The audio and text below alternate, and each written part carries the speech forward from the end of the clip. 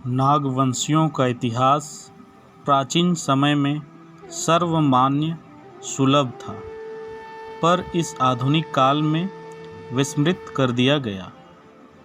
उसी गौरवशाली इतिहास को, उसकी सही स्थिति को आप सबों के सामने लाने का एक यह छोटा सा प्रयास का शुरुआत है, क्योंकि बाद के इतिहासकारों ने उसे केवल किंवदंती के रूप में दर्शाया है। नागवंश का इतिहास केवल नागों का ही नहीं, अपितु पूरे भारतीय संस्कृति को, इस पूरे भूमंडल पर रेखांकित करता है। इस प्रयास में अक्षर और प्रस्तुतिकरण में कहीं कमी लगे तो इसके लिए हम क्षमा प्रार्थी हैं।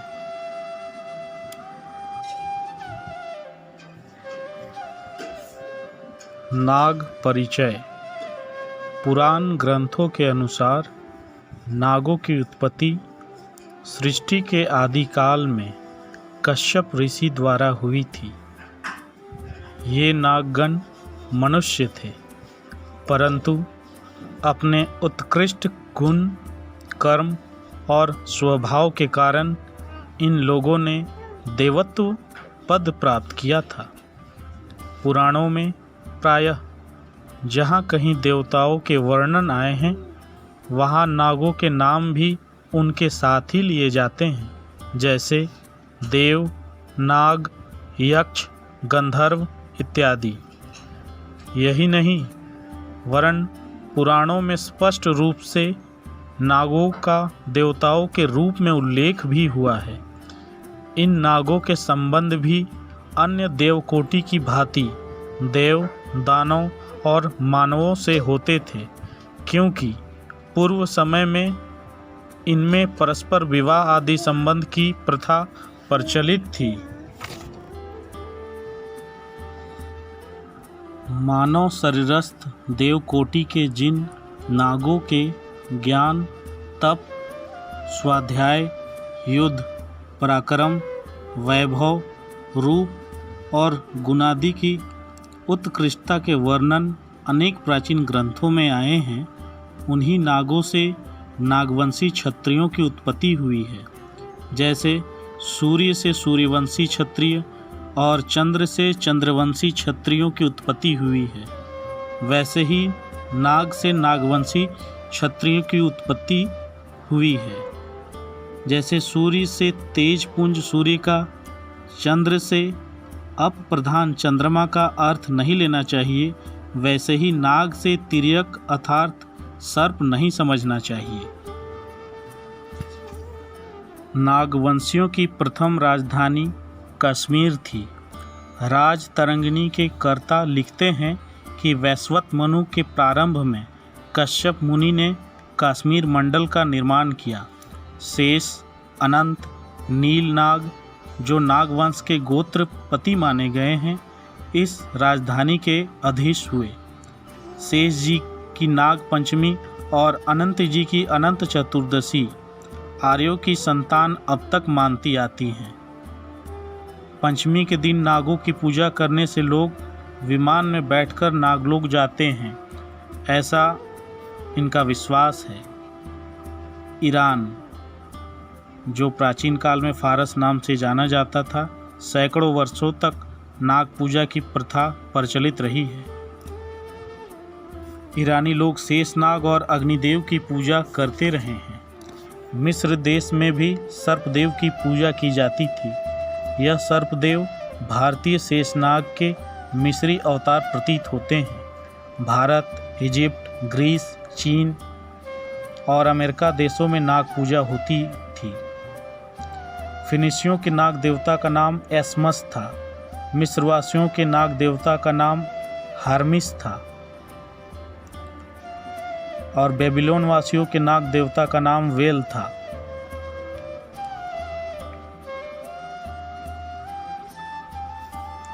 किसी समय ओफाइट, निकोलेटन और नेस्टिक नामक ईसाई संप्रदायों में नाग पूजा प्रचलित थी।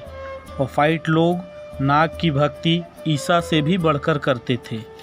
पोलैंड देश में 19वीं शताब्दी के अंतिम समय तक नाग पूजा प्रचलित रही।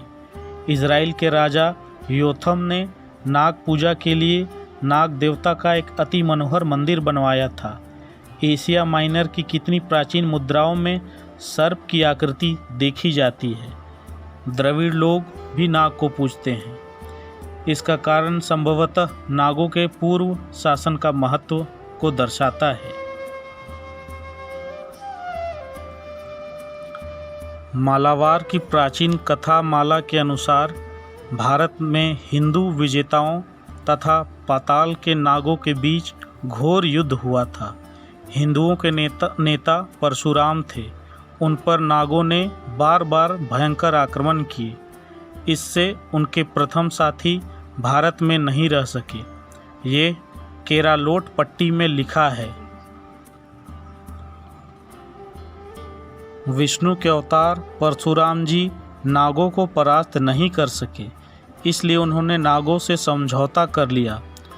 इसके अनुसार इनको ब्रह्मस्वम का स्थान दिया गया और ब्राह्मणों को आज्ञा दी गई कि तुम लोग नागों का आदर करो और इन्हें स्थल देव या भार देव की तरह मानो।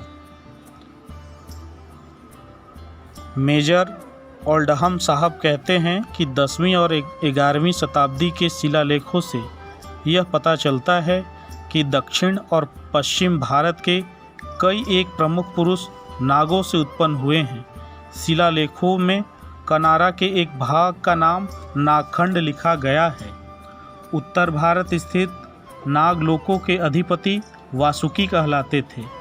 मालावार में ब्राह्मणों के मंदिरों में नाग पूजा संस्कृत श्लोकों द्वारा होती थी और अन्य मंदिरों में द्रविड़ भाषा में नाग को चेरा कहते हैं। अतः चेरा मंडल का अर्थ नागमंडल ही होना चाहिए। नागद्वीप भी नागों का ही देश कहा गया है।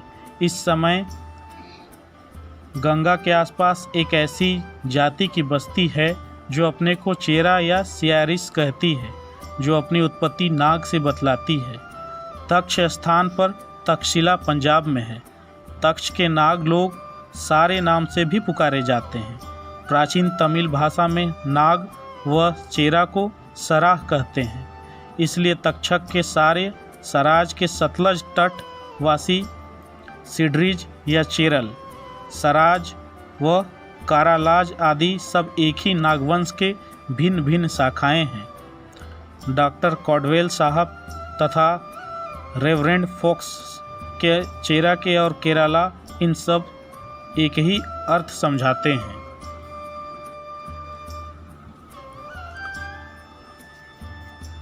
नाग जाति का विवाह सूर्य और चंद्रवंशी क्षत्रियों के परिवारों में भी हुआ है, जिसका उल्लेख हमें पुराने लेखों से और ग्रंथों से होता है। जैसे श्री रामचंद्र जी के पुत्र कुश की पत्नी नागकन्या से अतिथि नामक पुत्र हुआ था। रामचंद्र जी के पुत्र कुश का विवाह तक्षक नाग के 5वें पुत्र कुमुद की कन्या कुमुदवती से हुआ था। ब्रह्मचारी जरत्कारु ने नागराज वासुकी की बहन से विवाह किया था। उसके गर्भ से आस्तिक नामक पुत्रवर उत्पन्न हुए। वे वेद वेदांग में पारंगत तपस्वी और व्रतशील थे। अर्जुन ने कौरव नामक नागराज की पुत्री उलूपी से विवाह किया था। उनके गर्भ से इरावन नाम का एक बड़ा प्रतापी पुत्र उत्पन्न हुआ था। विक्रमादित्य का विवाह भी नाग कन्या से ही हुआ था। नीम राणा राज्य की वंशावली से लिया गया है। एक दोहा जिसमें यह कहा गया है कि विशल देव चौहान महाराजा अजमेर ने नाग कन्या से विवाह किया था, जो जल के भीतर रहने की विद्या जानती थी। इम्पीरियल गजेटियर ऑफ इंडिया के 21वें भाग में लिखा हुआ है कि पूर्व में छोटा नागपुर देश मुंडा और उरांव लोगों के अधीन था उस समय विशेष कृषि कार्य नहीं होता था। इस देश को झारखंड भी कहते थे। फिर नागवंशियों ने इस देश पर अधिकार कर लिया।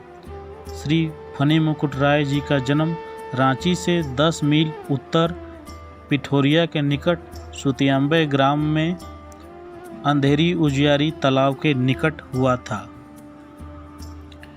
इनका जन्म विक्रम शताब्दी 121 सन 64 ईस्वी को हुआ था और 19 वर्ष की आयु में 83 ईस्वी में यह महाराजा बने और 98 साल की लंबी अवधि तक शासन किया। सन 162 में इन्होंने देह का त्याग किया। जिस समय ये स्वर्गवासी हुए, इनके अधीन 66 परगने, जिसमें 22 घटवारी, 18 कुकरागढ़, 18 डोसागढ़ और 8 जरपीगढ़ परगने थे। बहुत ही खेद का विषय है कि यह प्राचीन नाग सभ्यता के विषय में यहाँ के लोगों को इसकी जानकारी ही नहीं है। इसका मूल कारण है कि या तो बहुत सारे ग्रंथ लिखे नहीं गए हैं, और अगर कहीं लिखे गए हैं तो वो लोगों के बीच अब प्रकाशित नहीं है और वह अज्ञात रूप में है। इन्हीं को ढूंढकर लोगों के बीच इन्हें लाने की आवश्यकता है।